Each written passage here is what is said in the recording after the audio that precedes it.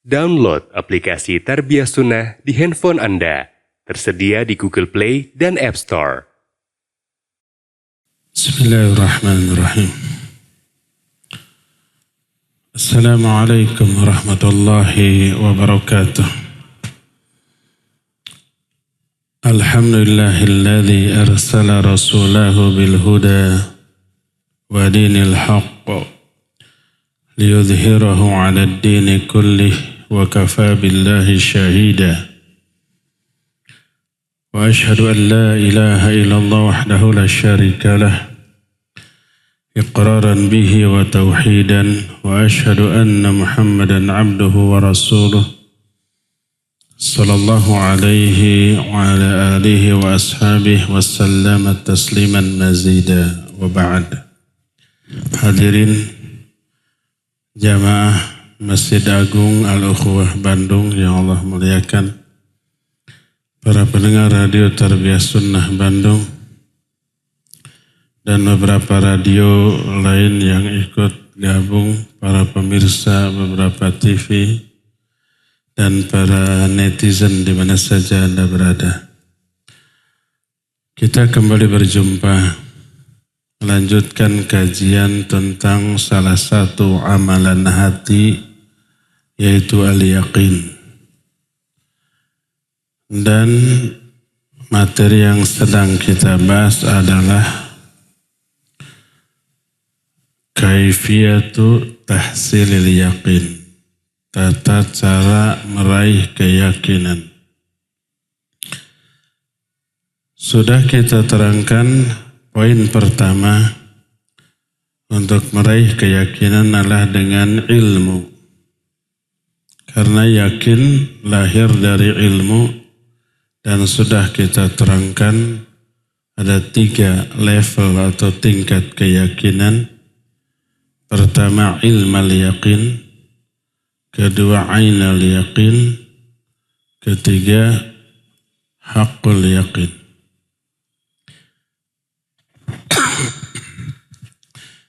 Ilmal yaqin, keyakinan yang didasarkan pada ilmu yang mendalam. Ainal yaqin, keyakinan yang didasarkan pada penglihatan. Ain itu mata. Haqqul yaqin, keyakinan yang didasarkan kepada pengalaman langsung. Contoh, kita umpamanya mendengar berita tentang surga dari Al-Quran, dari hadis, penjelasan para sahabat, para ulama. Saking banyaknya informasi tentang surga berupa ilmu, lahirlah keyakinan surga itu ada. Surga itu nikmat. Surga itu membuat kita bahagia, membuat kita happy. Itu ilmal yaqin. Kalau nanti di akhirat atau di alam kubur, kalau orang yang mati itu orang mukmin, calon pisurgaeun, setelah diperiksa, ditanya, bisa menjawab, dapat nikmat kubur, salah satunya diperlihatkan tempat tinggal dia di surga. Tuh, itu tempat tinggalmu kelak. Terlihat oleh mata. Maka keyakinan tentang surga nambah, disebut ainal yaqin, karena sudah melihat. Kalau nanti di akhirat masuk ke dalam surga, merasakan langsung nikmatnya, indahnya surga, barulah disebut haqqul yaqin. Jadi keyakinan lahir dari ilmu. Karena itu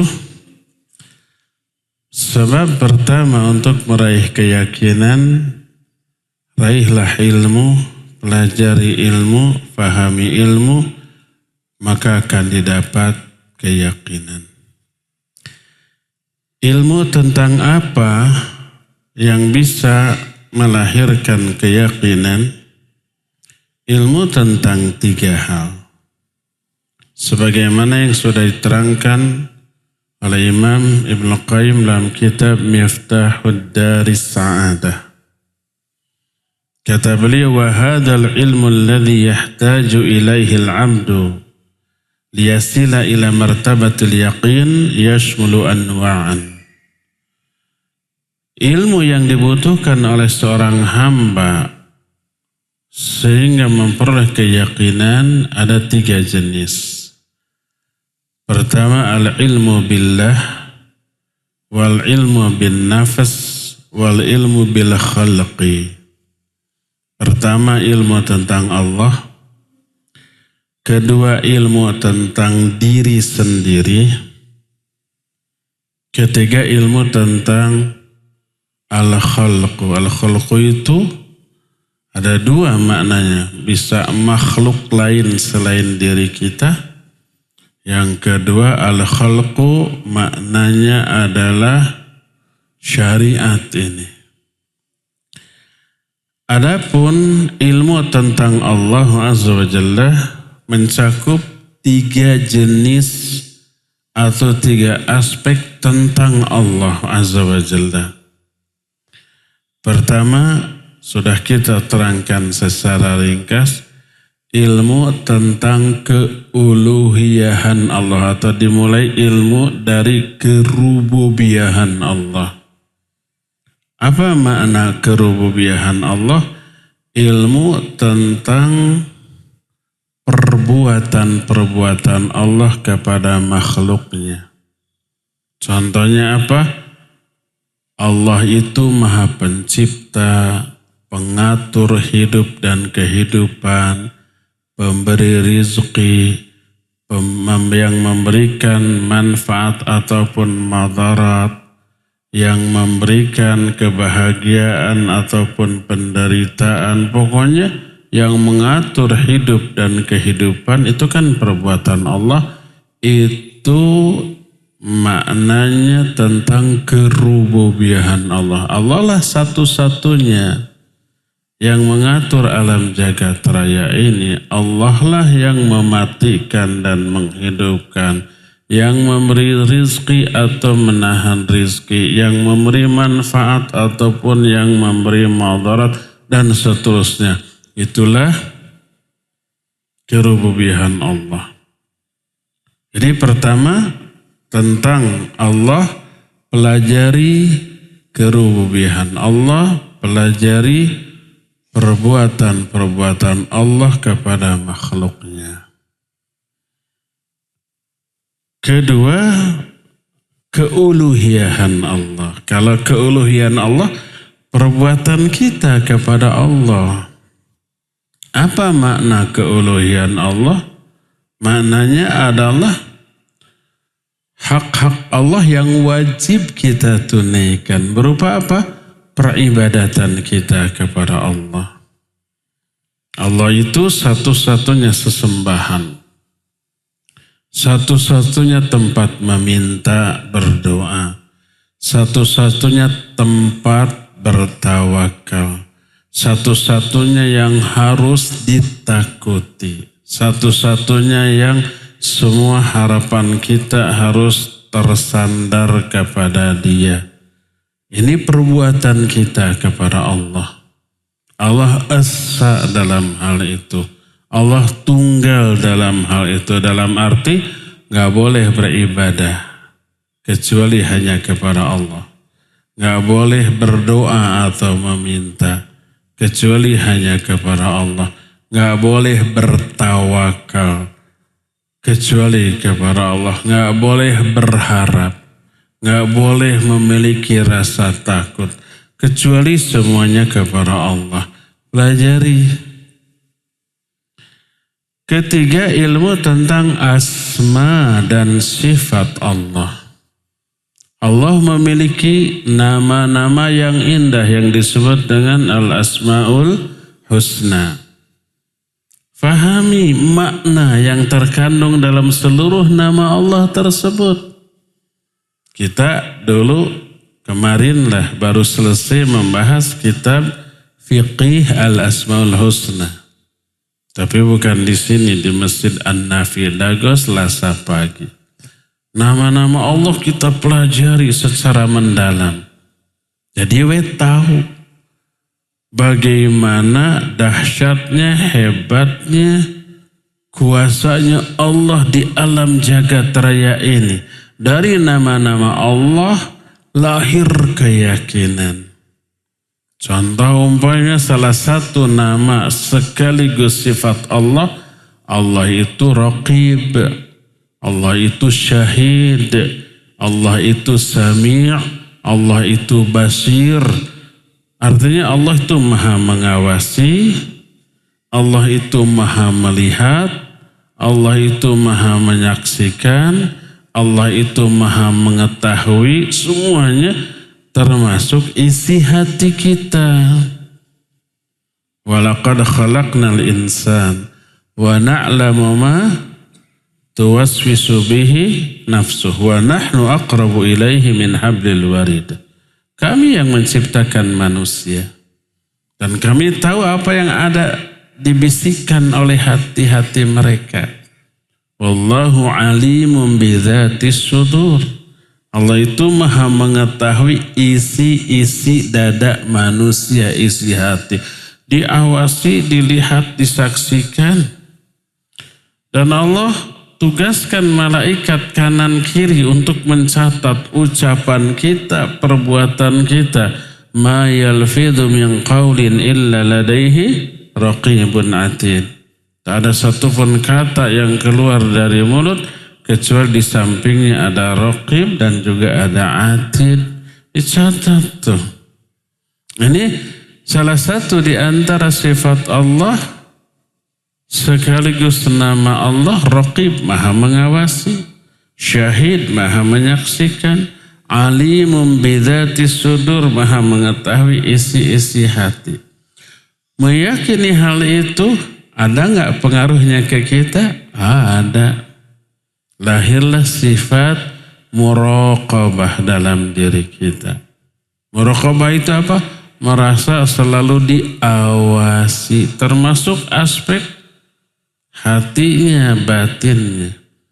Ketika kita sholat Allahu Akbar, orang hanya melihat aspek fisik kita yang sholat. Berdiri, ruku', i'tidal, sujud, duduk. Orang nggak tahu isi hatinya. Hatinya ikut sholat apa tidak? Orang nggak tahu. Allah tahu. Para malaikat juga tahu. Rata-rata dari kita hatinya nggak ikut sholat. Ya enggak? Mulut komat kamit baca iftitah, baca fatihah. Pikirannya, hatinya ingat dagangan, ingat ke bisnis, ingat ada makanan apa tidak di rumah, ingat ke pekerjaan, ingat ke hutang. Itu kan mikir urusan-urusan duniawi. Hatinya tidak ikut sholat. Allah melihat, menyaksikan itu. Kalau kita sadar di dalam sholat, hati kita pun dinilai, dilihat oleh Allah, maka hati kita pun pasti akan ikut sholat. Gimana sholatnya hati kita? Menghayati apa yang dibaca oleh mulut dan apa yang dilakukan oleh anggota badan. Ketika ruku, badan kita kan bungkuk. Apa itu bungkuk? Menghinakan diri di hadapan Allah Azza wa Jalla. Makanya doanya Subhana Rabbiyal Azim. Maha suci engkau ya Allah. Suci dari apa? Suci dari kehinaan yang sedang saya alami. Sayanya hina, sebut Allah yang maha agung. Subhana Rabbiyal Azim. Maha suci Allah yang maha agung. Allah agung, kita hina. Ketika sujud kita merendah.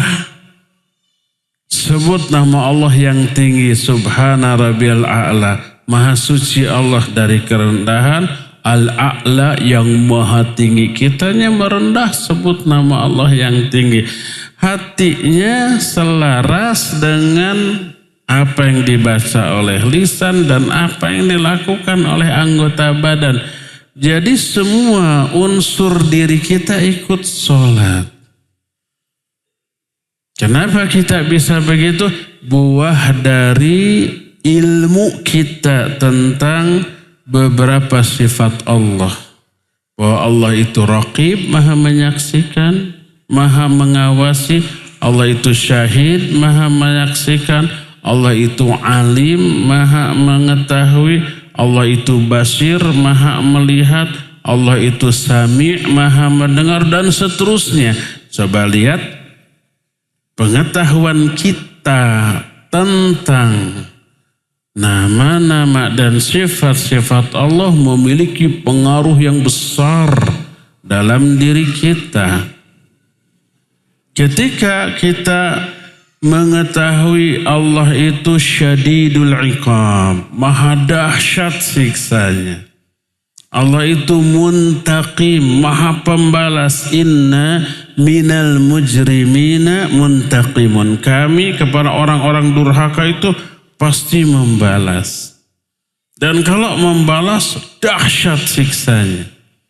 Kalau ingin tahu sehebat apa siksa Allah, lihat aja azab kubur. Orang yang penyebar hoax, berdusta. Kalau dulu kan dusta itu ucapannya. Sekarang mah jempol tuh bisa berdusta. Nulis status, nyebar hoax, nyebar artikel yang bohong, disebar di media sosial. Mulutnya nggak ngomong tapi jempolnya. Hoax sama itu berdusta. Gimana di alam kuburnya? Ditusuk rahangnya sampai tembus ke tengkuk kanan. Lalu pindah ke kiri, tusuk sampai tembus ke tengkuk, cabut lagi, tusuk lagi, pindah lagi ke kiri, tusuk lagi, cabut lagi, terus sampai hari kiamat. Tukang gibah, biasanya emak-emak tuh. Bapak-bapak mah cuma ngikutin. Apa yang dialami oleh tukang gibah? Si kukunya nanti panjang dari logam yang runcing, dia cakar-cakarkan itu kuku ke wajahnya dan ke badannya, berlumuran darah. Perih enggak? Bingit perihnya. Jangankan begitu atau kita gagarok sampai boleksek, ini enggak ada bahasa Indonesianya. Menggaruk sampai apa boleksek teh? Sampai lecet. Tapi lecet terlalu luas. Boleksek mah khusus. Nah, itu perih. Kena air, kena keringat perih. Ini dicakar-cakarkan. Terus sampai hari kiamat. Bayangkan kalau kita melakukan dua-duanya. Ya bohong, ya tukang gibah. Itu dua aja sudah mengerikan. Itu baru di alam kubur gak seberapa. Di akhirat, di neraka jauh lebih hebat, lebih dahsyat daripada apa yang dialami di alam kubur. Mengetahui Allah itu syadidul iqab, muncul rasa takut, takut ghibah. Akhirnya dia tahan mulutnya. Takut berdusta. Akhirnya dia tahan juga baik jempolnya atau mulutnya dari dusta dan ghibah. Dijaga nih mulutnya, hanya berbicara yang baik. Kalau buruk lebih baik diam. Ini aplikasi iman. Salah satu unsur iman, khauf, takut terhadap murka dan azab Allah. Maka kata Nabi SAW, "Man kana yu'minu billahi wal yawmil akhir falyaqul khairan aw liyasmut." Siapa yang beriman kepada Allah dan hari akhir, jaga nih mulut. Bicaralah yang baik atau diam. Lihat efek atau pengaruh dari ilmu tentang asma dan sifat Allah. nama-nama dan sifat-sifat Allah Azza wa Jalla. Ketika mengetahui Allah itu Jawad, Allah itu Karim, Allah itu Muhsin. Jawad, Karim, Muhsin itu bahasa kitanya dermawan. Selalu ngasih terutama kepada orang yang baik, Allah balas dengan kebaikan. Hal jazaul ihsan illal ihsan. Tidak ada balasan bagi kebaikan kecuali dibalas dengan yang baik juga. Al jazau min jinsil amal. Balasan akan disesuaikan dengan jenis perbuatan. Dan itu terkandung dalam sifat-sifat Allah Azza wa Jalla. Lihat bagaimana kalau Allah membalas baik di dunia ataupun di akhirat. Di dunia orang yang berinfak, bersedekah di jalan Allah, Allah ganti 700 kali lipat. Dilipat gandakan. Mathalul ladzina yunfiquna amwalahum fi sabilillah kamathali habbatin ambatat sab'a sanabil fi kulli sumbulatin mi'atu habbah. Perumpamaan orang yang menginfakkan hartanya di jalan Allah seperti orang yang menanam satu benih, dari satu benih tumbuh 7 batang pohon, dari satu batang pohon lahir 100 benih. 100 benih dari satu batang, ini ada 7 batang, jadi berapa? 700. Satu benih dilipat gandakan jadi 700 benih. Satu kali infak Allah ganti di dunia 700 kali lipat. Dan bisa lebih. Dan ini pasti. Saking pastinya Allah menyebut infak atau sedekah dengan sebutan qardhan hasanah, pinjaman yang baik. Seolah Allah meminjam kepada kita, kita memberi pinjaman. Sedekah itu disebut memberi pinjaman yang baik kepada Allah. Bukan berarti Allah butuh pinjaman, Allah itu fakir miskin seperti pemahaman si Yahudi.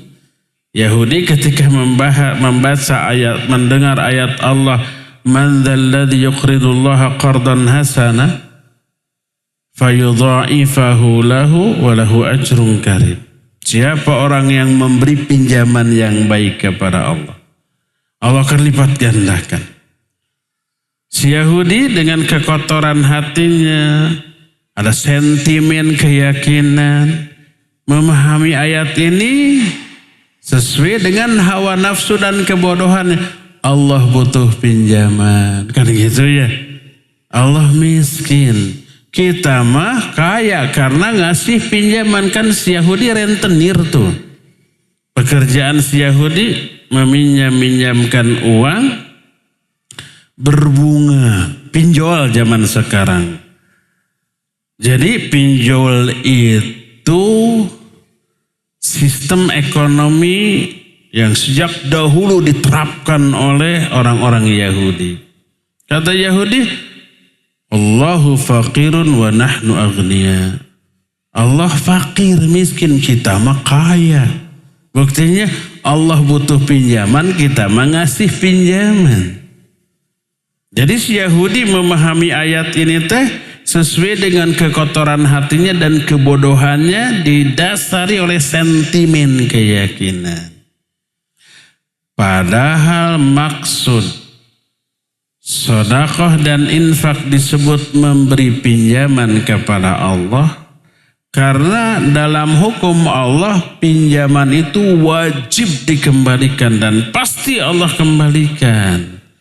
Makanya siapa yang infak dan sedekah oleh Allah pasti dikembalikan dengan jumlah yang lebih banyak, yang lebih besar daripada yang dipinjamkan. Dan itulah karakter Allah Azza wa Jalla. Kata Rasul sallallahu alaihi wasallam, anfiq tunfaq. Infaklah kalian akan dikasih infak oleh Allah. Jadi rahasia dibalik disebutnya infak dengan memberi pinjaman yang baik karena pasti akan dikembalikan dan jumlahnya lebih banyak. Ini lihat bagaimana cara Allah membalas di dunia. Siapa orang yang menolong, Allah akan tolong dia. Siapa orang yang memudahkan urusan orang lain, Allah akan mudahkan urusan dia dunia akhirat. Siapa orang yang melepaskan sesama mukmin dari kesulitan, Allah akan lepaskan dia dari kesulitan dunia akhirat. Siapa yang menutupi aib sesama muslim, Allah juga akan tutupi aib dia dunia akhirat. Man satara musliman satarahullah. Man nafasa an mu'minin kurbatan nafasallahu anhu kurbatan min kurabid dunya wal akhirah. Jadi siapa orang yang melepaskan orang mukmin dari satu kesulitan, Allah akan lepaskan orang itu dari kesulitan-kesulitan dunia akhirat.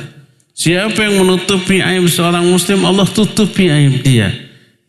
Wallahu fi aunil abdi, maka Allahu fi auni akhi. Allah selalu menolong hamba-hambanya selama hamba itu suka menolong sesamanya. Lihat, Allah akan membalas kebaikan dengan kebaikan juga, dan kadar serta kuantitasnya melebihi daripada pertolongan yang diberikan oleh orang itu. Nah, ini sifat Allah. Orang yang mengetahui sifat Allah dan meyakininya, dia nggak akan pelit. Dia akan berbagi, dia akan dermawan, dia akan tutulung kanu butuh, tatalang kanu susah, meremaweh kapapada manusia. Karena tahu yang dia keluarkan akan kembali lebih banyak daripada yang dia keluarkan. Kalau dia menolong, Allah akan tolong. Kalau dia melepaskan orang mukmin dari kesulitan, suatu saat ketika kita sulit, Allah menolong kita, mengangkat, melepaskan kita dari kesulitan tersebut. Ada kita punya ilmu informasi tentang aib orang, kita tutup, kita rahasiakan. Allah akan tutup, akan rahasiakan aib-aib kita dunia sampai akhirat. Coba lihat. Pengetahuan kita tentang Allah, tentang nama-nama dan sifatnya, itu berdampak baik ke dalam hati kita, jiwa kita, dan melahirkan kemuliaan akhlak. Maka siapa orang yang meyakini sifat-sifat Allah yang terkandung dalam nama-namanya, dalam Asmaul Husna, pasti dia ridho menjadikan Allah sebagai Rabbnya, menjadikan Islam sebagai agamanya, menjadikan Muhammad SAW sebagai utusan Allah bagi dirinya. Orang seperti itu pasti akan merasakan manisnya iman. Sebagaimana sebuah hadis sahih riwayat Imam Muslim yang diterima dari Abbas bin Abdul Muttalib radhiyallahu an, Nabi SAW berkata, "Dzaqa ta'mal iman man radiya billahi rabba wa bil islami dina wa bi Muhammadin sallallahu alaihi wasallam rasula." Pasti akan merasakan manisnya iman orang yang ridho Allah sebagai Rabb bagi dirinya, Islam sebagai agama bagi dirinya, dan Muhammad sallallahu alaihi wasallam sebagai utusan Allah untuknya. Berkata Imam Ibnu Qayyim rahimahullahu ta'ala, wa idza arafa al-'abdu hadhihi al-haqa'iq fa innahu yarda billahi rabba wa yadhuqu halawatal iman bihadha ar-ridha wa yu'minu bi qada'illahi wa qadarihi wa tamurru bihil alam wal masaib wal makarih wa huwa sakinun mutmainnun la yataza'za'u wa la yasduru minhu ma yasduru minas sufaha alladzina lam ya'rifullaha haqqa ma'rifatihi. Apabila seorang hamba mengenal Allah melalui nama-nama dan sifat-sifatnya, maka dia akan ridha menjadikan Allah sebagai Rabbnya. Dan dia akan merasakan manisnya iman dalam hatinya. Dia juga akan beriman kepada takdir dan ketetapan Allah Azza wa Jalla. Karena dia yakin Allah itu Rahman dan Rahim, sangat penyayang, pengasih kepada hamba-hambanya. Allah juga sangat latif, lemah lembut kepada makhluknya dan seterusnya. Maka takdir dan ketetapan Allah ini tidak akan lepas dari sifat pengasih dan penyayang Allah kepada hambanya. Takdir Allah itu wujud kasih sayang Allah kepada hambanya. Kalau suatu saat Allah mentakdirkan penderitaan bagi kita, itu teh kanya Allah oge ka urang teh. Kasih sayang Allah kepada kita. Kok masa sayang tapi membuat kita menderita? Iya, karena di balik penderitaan itu ada kebaikan. Orang tua semua sayang ke anak? Sayang. Tapi orang tua suka mukul apa tidak? Suka memarahi enggak anaknya? Suka.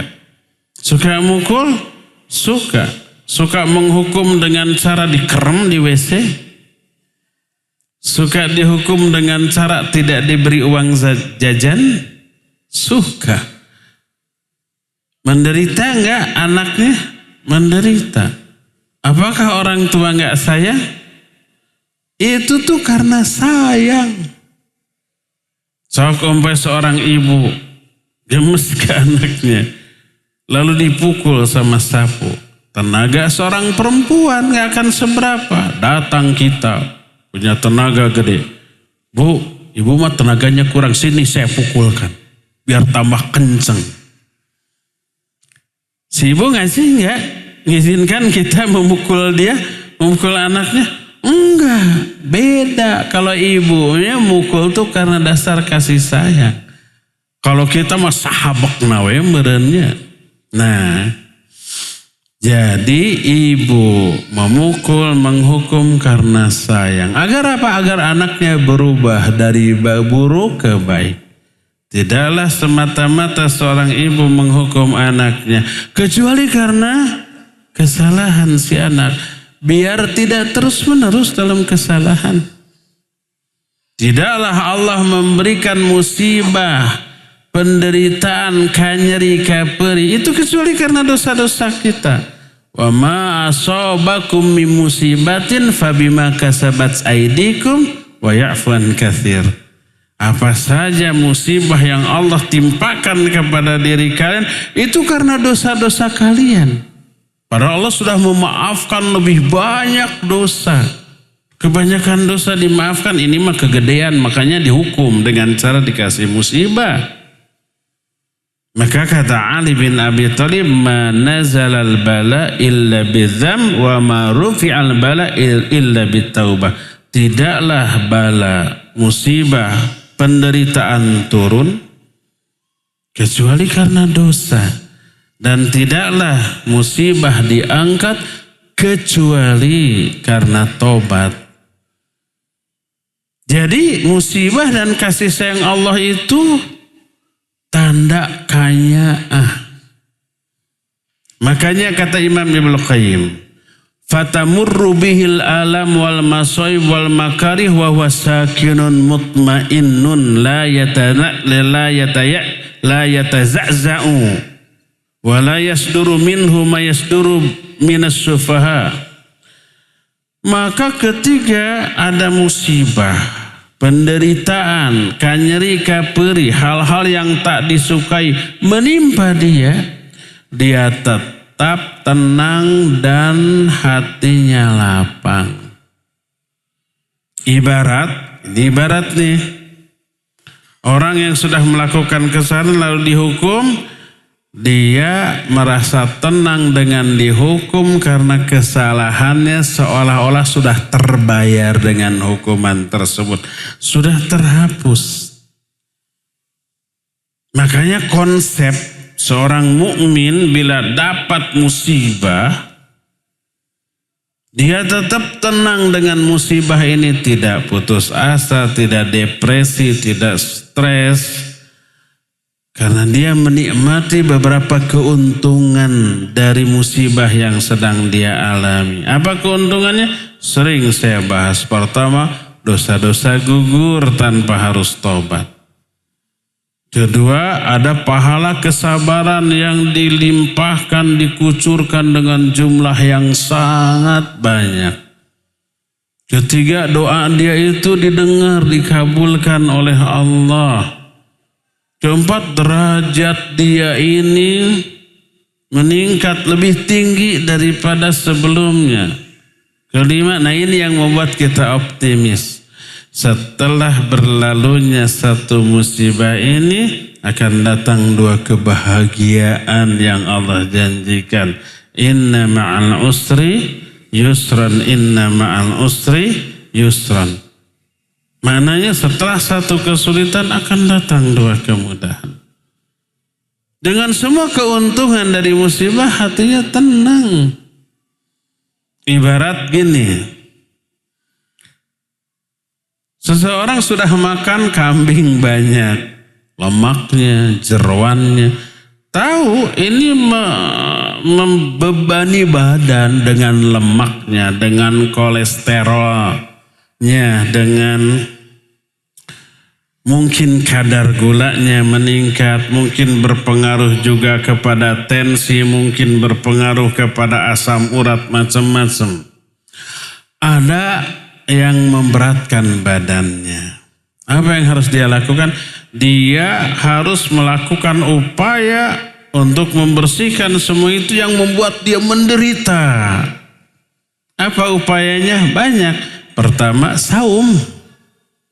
Melaparkan diri, menghauskan diri, melemeskan diri.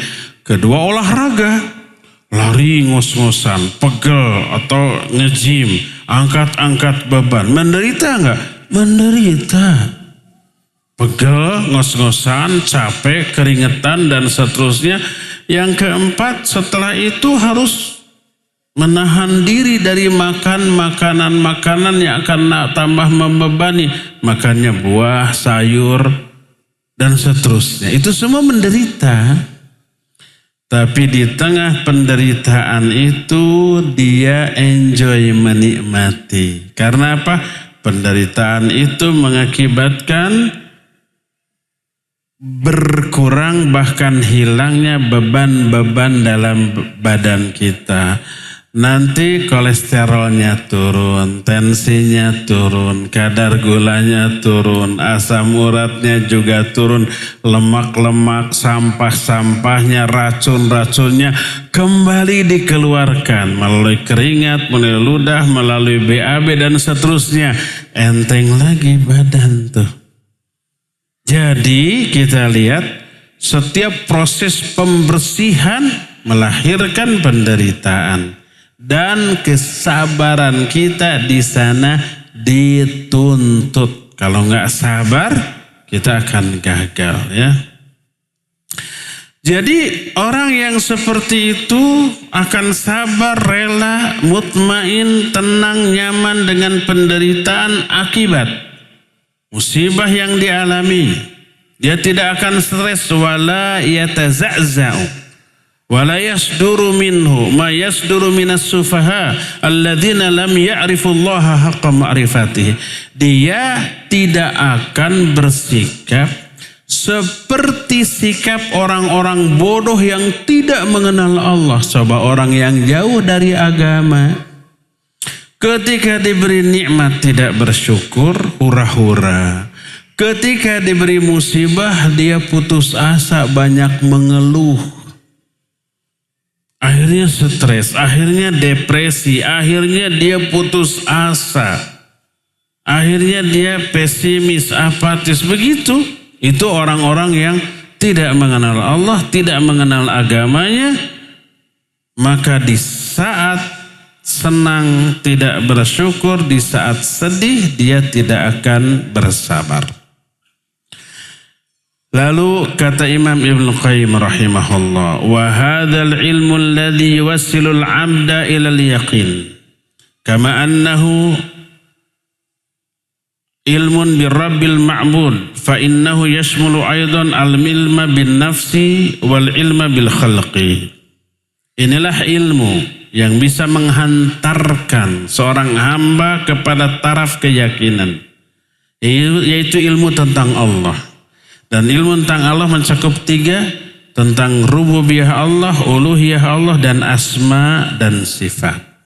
Inilah ilmu yang pertama yang harus kita dalami secara benar agar sampai pada taraf keyakinan, yaitu ilmu tentang Allah, khususnya tentang 3 hal yang berkaitan dengan Allah tadi. Yang kedua, ilmu tentang dirinya sendiri. Apa maknanya? Allah menyatakan, wa fi anfusikum afala tubsirun. Tentang diri-diri kalian. Tidakkah kalian fahami? Tidakkah kalian ketahui? Tidakkah kalian dalami? Kenali diri sendiri, siapa diri kita, biar tahu diri. Orang yang sombong, orang yang tak tahu diri. Orang yang lalai, tak mau ibadah, orang yang tak tahu diri. Orang yang melanggar larangan Allah, orang yang tak tahu diri. Kenapa? Berkata Imam Ibnu Qayyim rahimahullahu ta'ala, faya'lamu qadra nafsihi wa dha'fihi wa ajzihi fala yarkanu ila nafsihi wala ila ahadin minal makhluqin li'ilmihi annahu marbubun wa anna Allah yusarrifuhum wa yudabbiruhum wa annahu biyadihi malakutu kulli syai' wa min thamma fala yamtaddu ta'muhu ila ahadin ghairillahi azza wa jalla. Kata Imam Ibnu Qayyim, setiap kita harus tahu tentang siapa dirinya, kelemahan dirinya, kehinaan dirinya, ketidakberdayaan dirinya. Pertama, dia harus tahu dari mana dia berasal. Semua kita berasal dari sesuatu yang hina, yaitu dari air mani yang dipancarkan. Nahnu khalaqnakum falaula tusaddiqun afara'aitum ma tumnun.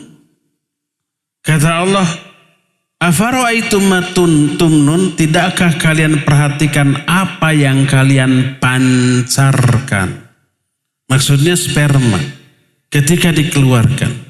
Semua orang jijik, semua orang menganggap itu hina, langsung dicuci kan gitu. Tak mau disentuh, tak mau kena pakaian anggota badan, kalau kena langsung dicuci, langsung dibersihkan. Itu asal usul manusia. Dicampur dengan tanah. Wa khalaqal insan, disebutkan di dalam Al-Quran, salah satunya di dalam surah Ar-Rahman tadi. Manusia diciptakan dari tanah yang hitam lagi, dicampur dengan air mani yang jijik tadi, yang kotor tadi, yang dianggap hina tadi. Itu asal usul manusia. Ini yang pertama. Yang kedua, manusia lahir dari sebuah proses yang dianggap tabu oleh semua manusia, yaitu hubungan suami istri. Yang ketiga, manusia lahir yang melalui proses yang membuat orang yang mengandungnya menderita selama sekian lama, selama 9 bulan ibunya ya, yang melahirkannya, yang mengandungnya. Dan proses melahirkannya mempertaruhkan nyawa. Jadi proses lahirnya manusia sejak awal penciptaan sampai lahirnya itu bikin menderita orang, terutama ibunya, ayahnya. Dan ketika lahir penderitaan belum selesai, harus diurus sampai gede, sudah gede nyebelin orang tuanya, kan gitu kebanyakan. Lihat, yang pertama. Kedua, kenali untuk apa kita dilahirkan ke dunia. Ternyata bukan untuk bersenang-senang.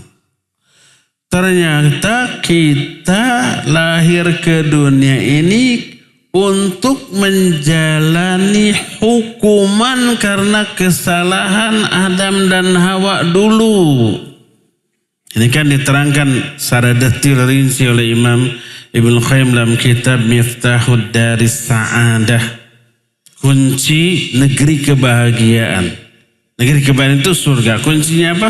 Ternyata ilmu. Pertama yang harus diketahui itu, kenapa kita hidup di alam dunia. Ternyata untuk menjalani hukuman. Adam dan Hawa tadinya diciptakan untuk ditempatkan di surga. Wa idh qulna, dan ingatlah ketika kami berkata kepada Adam, uskun anta wa zawjukal jannah, tinggallah engkau dengan istrimu di surga. Begitu diciptakan, ditempatkan di tempat terenak, surga. Semua bebas, nggak ada ibadah, nggak ada keharusan beramal soleh, hanya senang-senang. Kecuali satu larangan. Wala taqraba hadhihi syajar fatakuna minal zalimin. Kamu jangan dekati nih pohon ini. Kalau didekati, zalim kamu. Hanya satu larangan saat itu. Satu-satunya larangan ini dilanggar. Hanya satu larangan, dilanggar. Sekarang kita hidup di dunia dengan banyak larangan. Semuanya dilanggar juga. Satu aja larangan dulu dilanggar. Dihukum oleh Allah. Kamu turun dulu ke dunia menjalani hukuman. Bongana kata orang Sunda. Naonnya bongana teh? Ya bongannya. Salah sendiri, salah berdua. Kenapa satu-satunya larangan ini dilanggar? Hukum. Turun ke muka bumi. Untuk apa? Untuk menjalani hukuman karena kesalahan. Adam tadinya berada di surga karena melanggar satu larangan, diusir dari surga. Kita melanggar puluhan larangan pengen masuk surga. Kumaha eta teh? Lalu selama hidup di dunia menjalani hukuman, ada tugas yang harus dipikul supaya nanti kamu kembali mudik teh ke surga lagi. Apa perintah yang harus dilaksanakan selama menjalani hukuman di dunia? Ibadah kepada Allah. Wa ma khalaqtul jinna wal insa illa liya'budun. Tidaklah aku ciptakan jin dan manusia kecuali untuk beribadah kepadaku, kepada Allah. Nah, selama menjalani hukuman, ibadah. Itu yang harus kita lakukan. Bukan bersenang-senang melalaikan ibadah. Kalau melalaikan ibadah berarti sudah melanggar lagi aturan yang Allah tetapkan selama menjalani hukuman. Jangan berharap bisa kembali mudik ke surga nanti. Jadi itu poin yang kedua yang harus kita kenali tentang diri kita. Pertama, diri kita hina. Berasal dari sesuatu yang hina. Mulai proses yang dianggap tabu dan lahirnya juga membuat orang tua kita menderita. Yang kedua, kenali, yakini bahwa hidup kita di dunia untuk menjalani hukuman dari Allah. Dan selama menjalani hukuman, ada satu yang harus kita lakukan, yaitu apa? Ibadah kepada Allah subhanahu wa ta'ala. Ini yang kedua. Ketiga, yakini kita ini super lemah. Kelemahan kita lihat dari segala segi. Karena bahan kita terbuat dari daging, tulang, dan seterusnya. Dan batasan waktu hidup yang terbatas. Ada yang hanya sekian hari mati, ada yang sekian bulan mati, ada yang sekian tahun, maksimal puluhan tahun. 70 juga jarang, apalagi lebih dari itunya. Dan sebelum matinya melalui proses yang menuju kepada kelemahan yang semakin lemah. Awalnya dilahirkan lemah, sebagai bayi nggak bisa apa-apa. Tumbuh berkembang sehingga mencapai kondisi puncak. Setelah kondisi puncak menurun lagi. Setelah tua menurun kemampuan, kekuatan kita, kondisi kita. Makin tua makin lemah. Jangan berangan-angan, ya Allah panjangkan umurku sampai 100 tahun. Jangan berdoa begitu. Menderita loh. Dikira kalau 100 tahun bahagia, 100 tahun enggak. Setelah mencapai 50, 60 tahun banyak kerasa tuh. Jadi gudang segala macam, jadi gudang gula, gudang garam, gudang kolesterol, gudang lemak, gudang asam urat, ya enggak? Kalau sudah begitu menderita hidup. Rumah sakit terus. Harus makan obat yang pahit terus, nggak boleh makan yang enak-enak terus. Uang berlimpah. Mau makan daging-dagingan, kolesterol naik, darah tinggi naik. Mau makan sayur-sayuran hijau, asam urat naik. Akhirnya makannya apa? Sayur bening. Nggak boleh pakai garam, tensi naik. Pakai penyedap rasa, apalagi gitu ya. Uang banyak. Untuk apa uang? Untuk rumah sakit berobat. Sekali berobat jutaan gitu. Bahagia enggak? Enggak, menderita. Karena itulah makin lama hidup, serta usia 70 tahun masih hidup. 80 tahun sudah sampai bungkuk, menderita tuh. Ada tuh dulu ya tetangga saya sudah di atas 80 tahun. Setiap orang ketemu, mas ini sehat, sing panjang umur, langsung digebles. Jangan mendoakan panjang umur, gesbosan hirup. Begitu tuh. Sudah beda dunia, ngobrol dengan cucu, dengan cicit nggak nyambung. Karena apa? Materi obrolnya berbeda. Akhirnya dia kesepian, gak ada orang lagi yang sesamanya. Gak ada kawan lagi, dengan anaknya gak nyambung, dengan cucu, dengan cicit apalagi gak nyambung obrolan. Akhirnya dia merenung sedih sendiri, menderita tuh. Yang lebih penting berdoa kepada Allah Azza wa Jalla agar hidupnya barokah. Mana barokah? Hidupnya diisi dengan ibadah dan ketaatan serta amal soleh. Berapapun usia yang Allah berikan, dengan dibawa ibadah hati tenang, jiwa juga nyaman dan seterusnya. Itulah sumber dari kebahagiaan. Jadi yang ketiga, jadi yang pertama wajib kita kenali bahwa diri kita berasal dari sesuatu yang hina. Kedua, kita diciptakan atau diturunkan ke muka bumi untuk menjalani hukuman. Selama menjalani hukuman kita beribadah kepada Allah. Jangan lalai, lagi dihukum kita. Yang keempat, lemahnya diri kita ya. Itu menyebabkan wajibnya kita bersandar kepada yang maha kuat, yaitu kepada Allah. Wajib diyakini Allah lah yang mengatur kehidupan kita. Di tangan Allah lah segala sesuatu. Karena kita lemah, wajib kita tawakal kepada Allah. Karena kita lemah, wajib kita banyak meminta dan berdoa kepada Allah Azza wa Jalla. Karena kita lemah, wajib kita berharap hanya kepada Allah dalam semua hal. Makanya termasuk dalam hal ibadah, minta hidayah.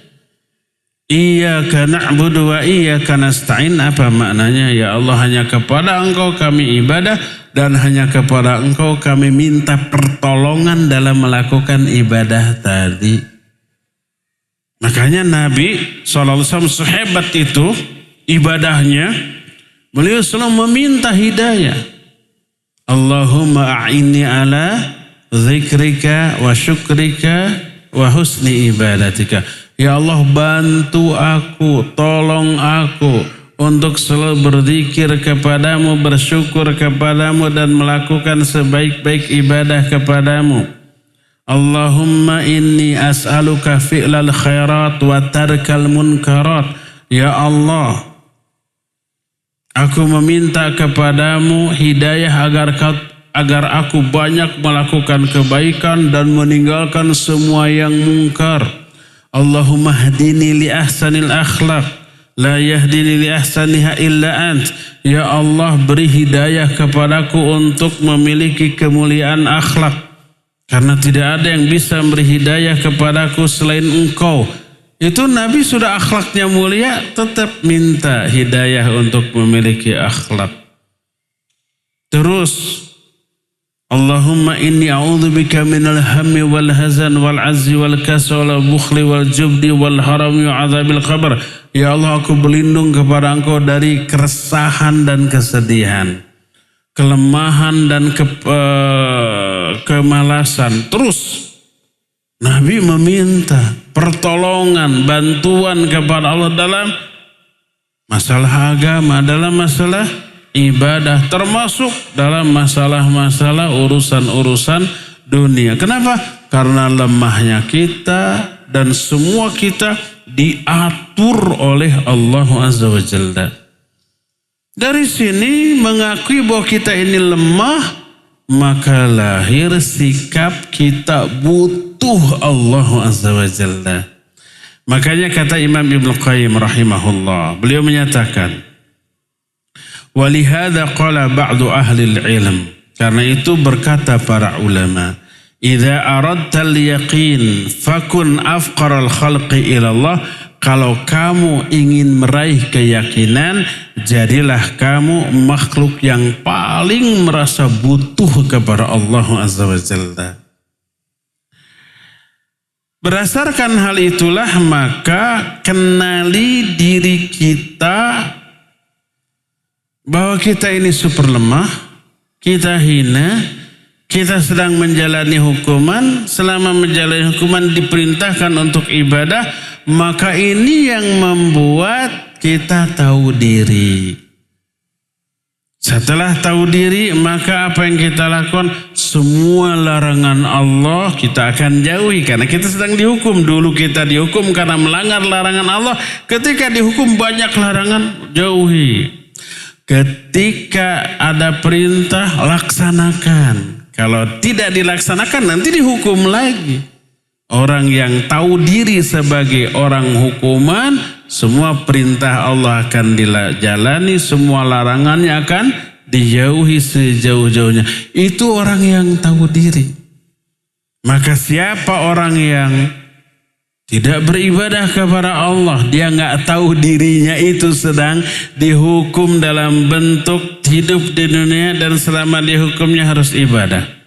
Siapa yang mengabaikan hak-hak Allah, dia tidak tahu siapa dirinya dan siapa Allah, sehingga berani mengabaikan hak Allah. Siapa yang melanggar larangan Allah, dia nggak tahu diri siapa Allah yang larangannya itu dilanggar. Dia nggak tahu dirinya dan nggak tahu siapa Allah Azza wa Jalla. Dari sini mengenal siapa diri kita sangat penting untuk bisa menempatkan diri kita di tempat yang semestinya untuk bersikap sebagaimana sikap yang layak untuk manusia atau makhluk yang hina di hadapan Allah Azza wa Jalla. Maka dengan demikian, orang yang tahu diri, maka dia akan tunduk patuh kepada aturan Allah, melaksanakan semua perintahnya, menjauhi semua larangannya. Tak ada yang lebih ditakuti selain Allah, tak ada yang lebih dia harapkan selain Allah, tak ada yang lebih dia cintai selain Allah Azza wa Jalla. Tak ada tempat dia bersandar dan bertawakal kecuali Allah Azza wa Jalla. Dari sini apa yang terjadi? Setiap janji Allah lebih dia percayai, dan setiap larangan Allah atau ancaman Allah itu yang lebih dia takuti. Berkata Syaqiq bin Ibrahim al-Balkhi, kata Syaqiq, man arada ay ya'rifa ma'rifatahu billah falyanzur ila ma wa'adahu Allah wa wa'adahu an-nas fa ayyuhuma qalbuhu awthaq.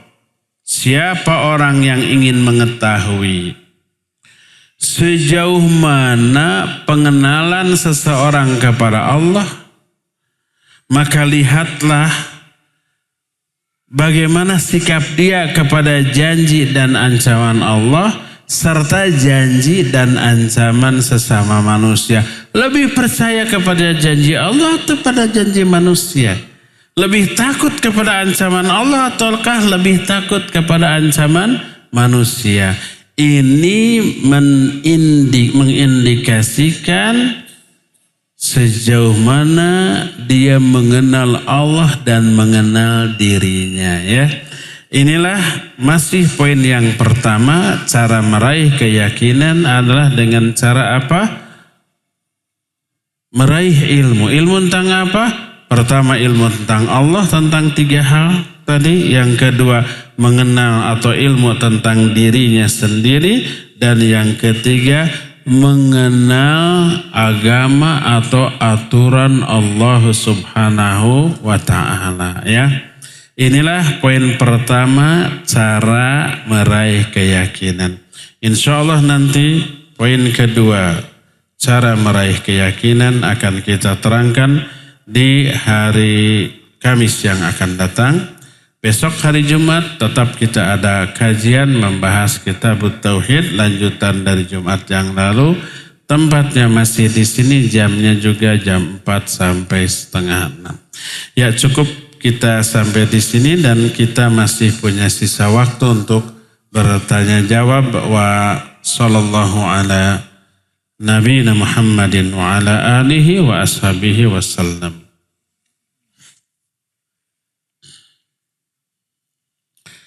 Pertanyaan pertama, bagaimana meyakini kalau takdir yang Allah tulis buat seorang hamba adalah yang terbaik, sedangkan selama hidupnya hamba tersebut berada dalam kekurangan harta sehingga sibuk mencari dunia sampai mengakhirkan, melalaikan akhirat. Ulangi. Bagaimana meyakini kalau takdir yang Allah tulis buat seorang hamba adalah yang terbaik, sedangkan selama hidupnya hamba tersebut miskin sehingga sibuk mencari dunia sampai melalaikan akhirat. Ya. Kemiskinan yang dia alami ya takdir Allah. Dan itu adalah takdir terbaik bagi dia. Kenapa? Allah tahu kadar keimanan orang itu, karakter orang itu Allah lebih tahu. Kalau orang ini diberi kekayaan, dia bisa durhaka, bisa lalai, bisa kufur, bisa macam-macam. Allah miskinkan dia. Tapi akibatnya dia itu sibuk mencari dunia sampai melalaikan akhirat, tapi tetap miskin. Itu kesalahan dia. Salah dalam mengantisipasi takdir kemiskinan yang menimpa dia. Kemiskinan nggak boleh melalaikan dia dari ibadah, sebagaimana kekayaan juga tidak boleh melalaikan dia dari ibadah. Ada nggak orang yang kaya karena kekayaannya lalai dari ibadah? Ini lebih banyak. Ada orang ketika miskin dia rajin ibadah, rajin berdoa, rajin tahajud, rajin saum Senin Kamis, rajin ke kajian karena waktunya luang. Setelah Allah bukakan pintu rizki, mulai dia sibuk dengan rizkinya. Buka usaha, digolangkan, berkembang, semakin sibuk lalailah ibadah. Tadinya tahajud, jangankan tahajud, sekarang mah 5 waktu aja kedodoran. Tadinya ngaji rajin jadi panitia, sekarang mah boro-boro jadi panitia, hadir juga jarang. Jadi kesalahan orang adalah salah dalam mengantisipasi takdir yang Allah tetapkan untuk dirinya. Jadi mau miskin mau kaya, jangan mengabaikan kita, melalaikan kita dari akhirat. Karena apa? Kemiskinan dan kekayaan termasuk salah satu di antara pertama ujian, yang kedua selain ujian itu adalah alat untuk meraih kebahagiaan di akhirat.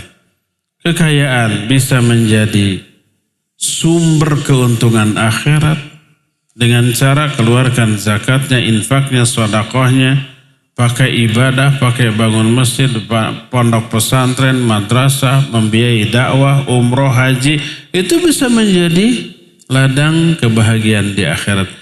Kemiskinan juga bisa dengan cara sabar, tetap ikhtiar, tetap berdoa. Waktu luang yang dimiliki pakai untuk taqarrub, beribadah kepada Allah. Itu semua menjadi sumber kebahagiaan. Miskin dan kaya tidak ada bedanya. Dua-duanya bisa jadi alat kebahagiaan di akhirat. Tapi dua-duanya punya resiko menjadi menderita di akhirat, ya. Kedua, Ustaz, untuk menghilangkan rasa penasaran anak, kenapa YTS tidak pernah mengundang Ustaz Fulan? Di sini disebut tapi tidak saya baca, ya. Karena anak pertama kali hijrah mendengarkan ceramah beliau. Apakah ada akidah yang berbeda dengan yang beliau sampaikan? Kadang anak suka berpikir, kenapa ustadz-ustadz kibar yang lain suka ngisi kajian di YTS sedangkan beliau tidak. Afan bukan anak gulu kepada beliau, syukron. Pertama, tidak semua ustadz yang layak diambil ilmunya itu bisa kita undang. Karena kesibukan, karena kepadatan. Kadang-kadang mereka berpikir sempat ke Bandung, tapi di Bandung tuh sudah banyak kajian gitu, Anda nggak perlu datang lagi ke sana. Ada yang begitu. Padahal beliau layak diambil ilmunya mungkin, ya. Atau ada ataunya. Menurut kacamata orang awam, banyak ustadz yang manhajnya, akidahnya, keilmuannya lurus. Tapi dalam pandangan para ustadz, sesama ustadz, enggak, orang ini ada penyimpangan atau ada kekeliruan, ada kesalahan yang menyebabkan berbahaya kalau diundang. Tapi ini enggak diketahui oleh orang awam. Dan enggak mungkin dibongkar, ini salahnya begini, ini bisa fitnah. Bukan konsumsi orang umum itu, Maya. Ya, kita hanya mengajarkan yang benar, kebenaran, kebaikan, maka ketika ada kesalahan dan keburukan orang akan tahu nanti di mana salahnya, di mana buruknya. Tanpa harus menjelaskan keburukan orang lain, ajarkan kebenaran, ketika ada kebatilan orang tahu. Ajarkan kebaikan, ketika ada keburukan orang akan tahu. Hanya itu, tanpa harus menyebut nama si fulan, si fulan, si fulan, ya. Itulah beberapa kemungkinan. Saya tidak sedang menjelaskan bahwa orang yang disebut tadi salah tidak layak, tidak. Tapi kalau ada beberapa pertimbangan kenapa Ustaz fulan tidak diundang, ada beberapa kemungkinan. Pertama karena sibuk sehingga tidak bisa. Kedua mungkin bisa tapi memandang beliaunya bukan kitanya. Wah di sana sudah subur lah dengan kajian. Ana lebih suka ke yang masih sepi kajian seperti itu ya. Dan yang ketiganya karena tadi mungkin ada beberapa hal yang kita anggap menyimpang tapi tidak difahami oleh orang-orang awam ya. Wallahu a'lam.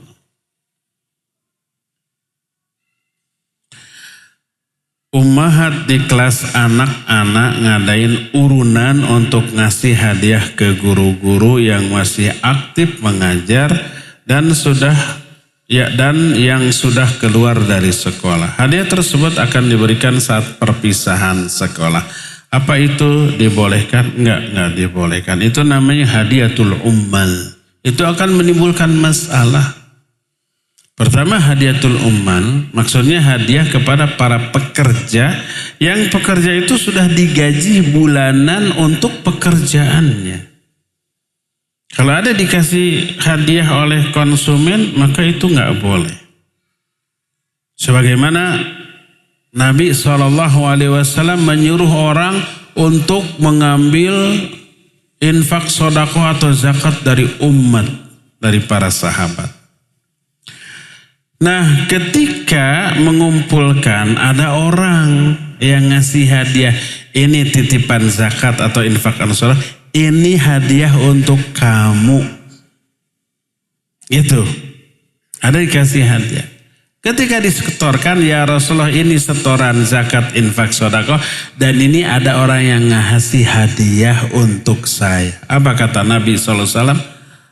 Kalau kamu tidak ditugaskan untuk pekerjaan ini, apa kamu akan diberi hadiah? Tidak. Karena itu masukkan ke sana, ke Baitul Mal. Dimasukkan ke Baitul Mal.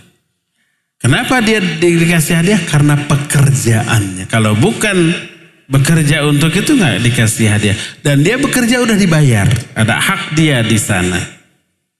Nah seperti itulah karyawan. Seperti itulah juga guru-guru. Dia mengajar, menjual jasa dan ilmunya dan dibayar untuk itu. Kalau konsumen puas lalu ngasih hadiah, hadiah ini menjadi milik pihak sekolah yang menugaskan guru tersebut. Bukan milik guru-guru ya. Jadi begitu ada hadiah itu akan menimbulkan masalah. Ada guru yang dapat hadiah, ada guru yang tidak. Yang biasa dapat hadiah siapa? Wali kelas ya enggak? Dan tidak semua guru menjadi wali kelas. Guru-guru yang lebih capek, lebih berprestasi, lebih berjasa, tapi bukan wali kelas. Ya suruh ke tuh orangmu itu satumpuk hadiahnya. Saya mah karena bukan wali kelas nggak dapat kan gitunya. Timbul kecemburuan. Maka tidak boleh, lebih baik jangan ngasih hadiah apapun ke guru. Nah kalau toh kadung ada yang kekeh atau tidak tahu ngasih hadiah ke guru, kumpulkan itu menjadi hak sekolah. Oleh sekolah nanti dibagi rata ya. Itu seperti itu. Wallahu a'lam.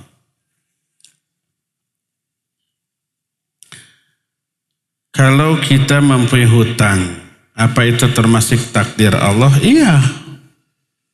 Berhutang boleh? Boleh.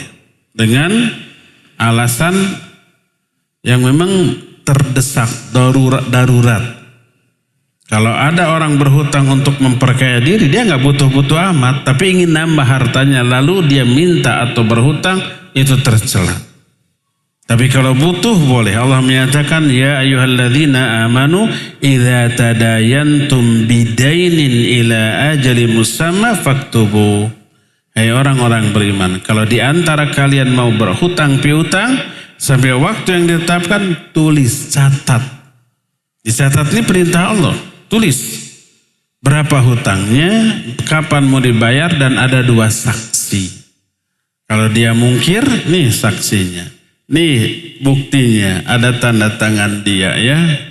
Walaupun sama Ikhwan Ahwat mau percaya, jangan, justru Ikhwan Ahwat yang banyak gak dipercaya teh. Ka Ikhwan iya cukup jazakallahu khair, lupa weh. Jadi boleh berhutang, dan kalau seseorang darurat minjem takdir, iya berarti takdir Allah ya. Apa suami yang berhutang, istri pun menanggung hutangnya kalau suaminya meninggal? Tidak mestinya, tapi ada tapinya. Begitu suami meninggal, harta warisan peninggalan suami sebelum dibagikan dikurangi untuk membayar hutang terlebih dahulu. Hutangnya berapa? Kemudian bayarkan dari harta peninggalan suami kalau ada. Kalau enggak ada, ya menjadi tanggungan ahli waris. Ahli waris jangan hanya ingin kebagian warisannya saja, tapi hutangnya enggak mau nanggung. Kalau enggak, orang yang berhutang ini akan dituntut di akhiratnya nanti. Ya, dia akan diazab karena hutangnya tersebut. Kan kasihan. Jadi kalau ada seseorang meninggal, sebelum dibagi waris, bayarkan hutangnya atau tunaikan wasiatnya. Kalau masih ada sisa, sisanya bagikan sebagai warisan.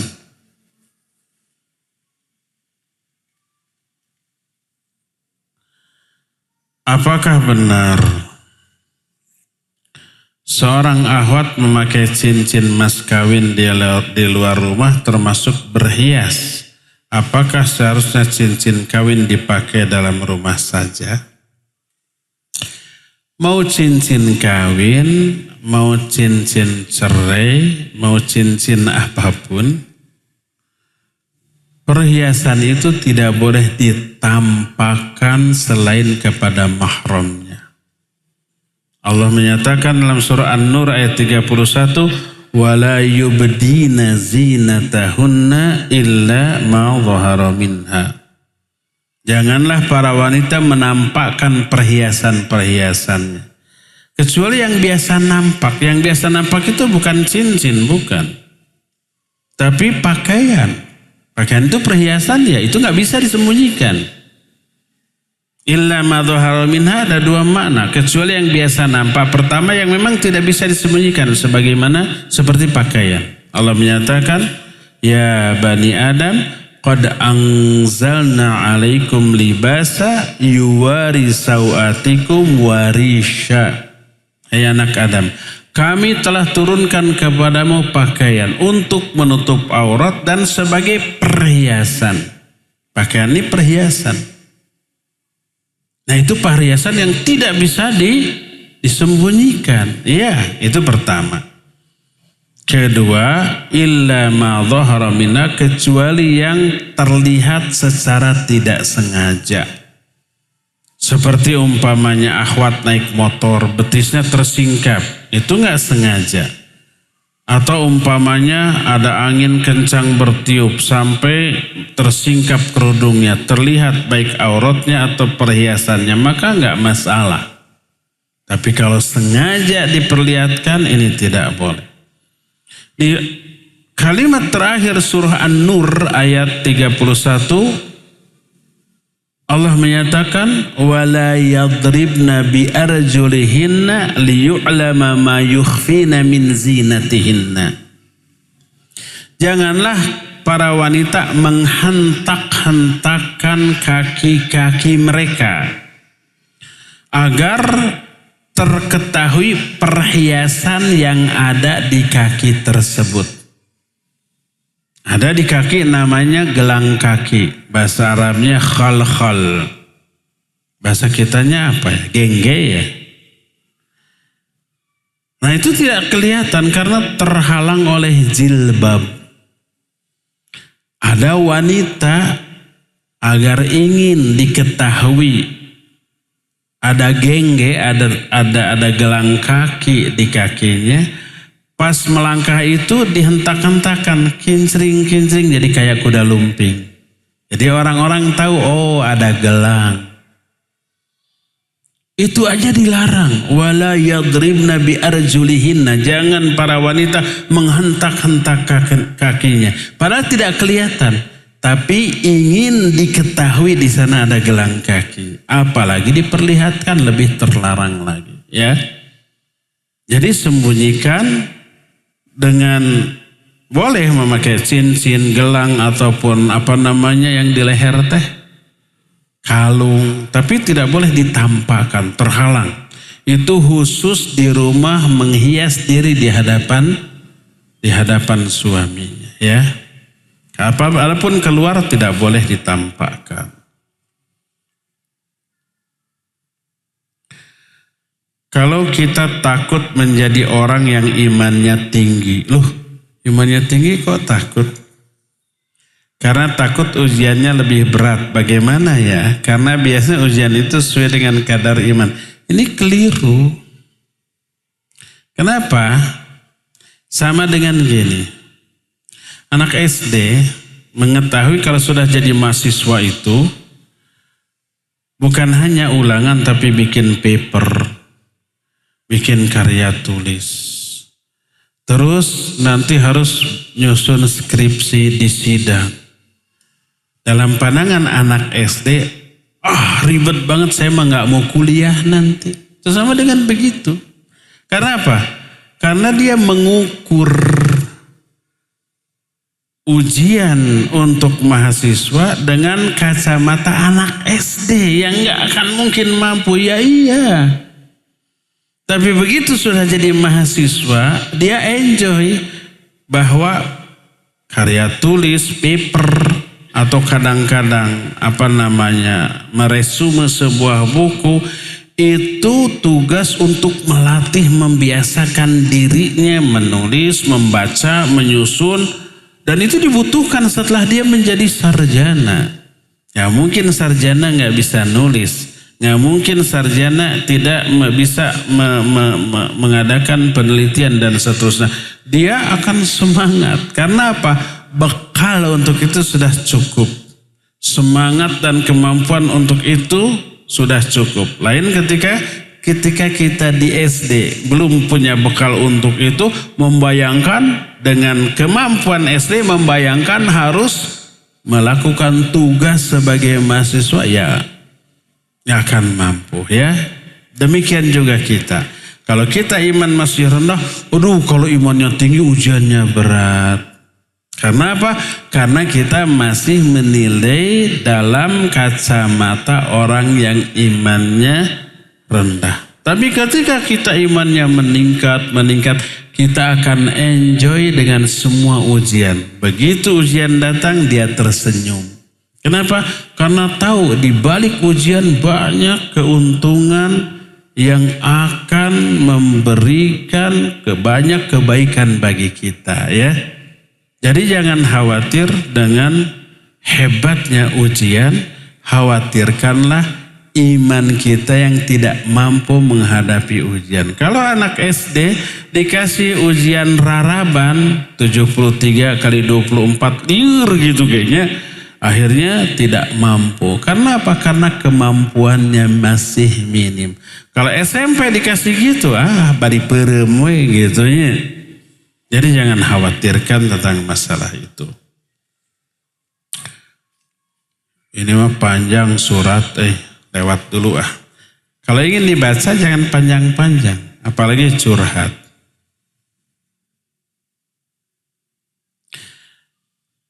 Sedang viral editan video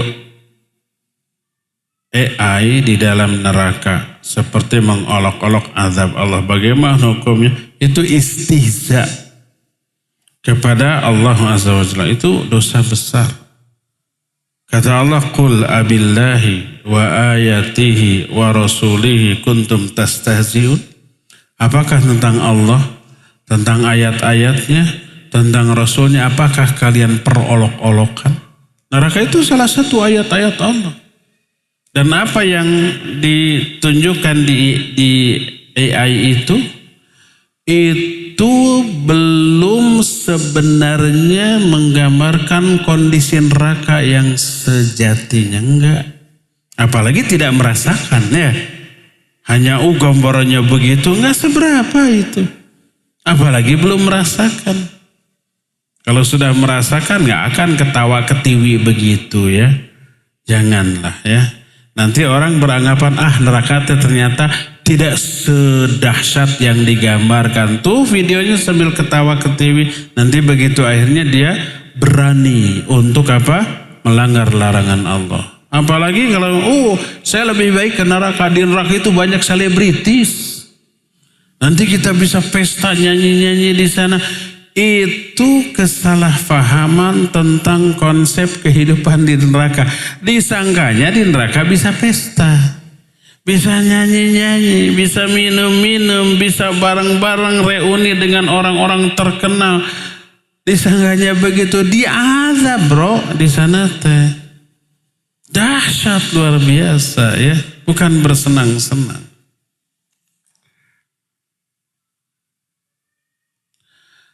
Ustaz, istri ana terfitnah chat dengan ikhwan lain. Bagaimana solusinya? Tergantung. Kalau chatnya dalam rangka konsultasi agama ke ustaz umpamanya. Atau ada panitia ikhwan akhwat. Akhwatnya sudah beristri, akhwatnya sudah bersuami, ikhwannya sudah beristri. Lalu isi chatnya lumrah wajar. Akhi, gimana nanti pengajian sound systemnya siap? Itu nggak apa-apa, nggak masalah. Yang masalah kalau sudah sudah kepentingan pribadi. Ukhti lagi apa? Ingat nggak ke aku? Itu yang nggak boleh ya.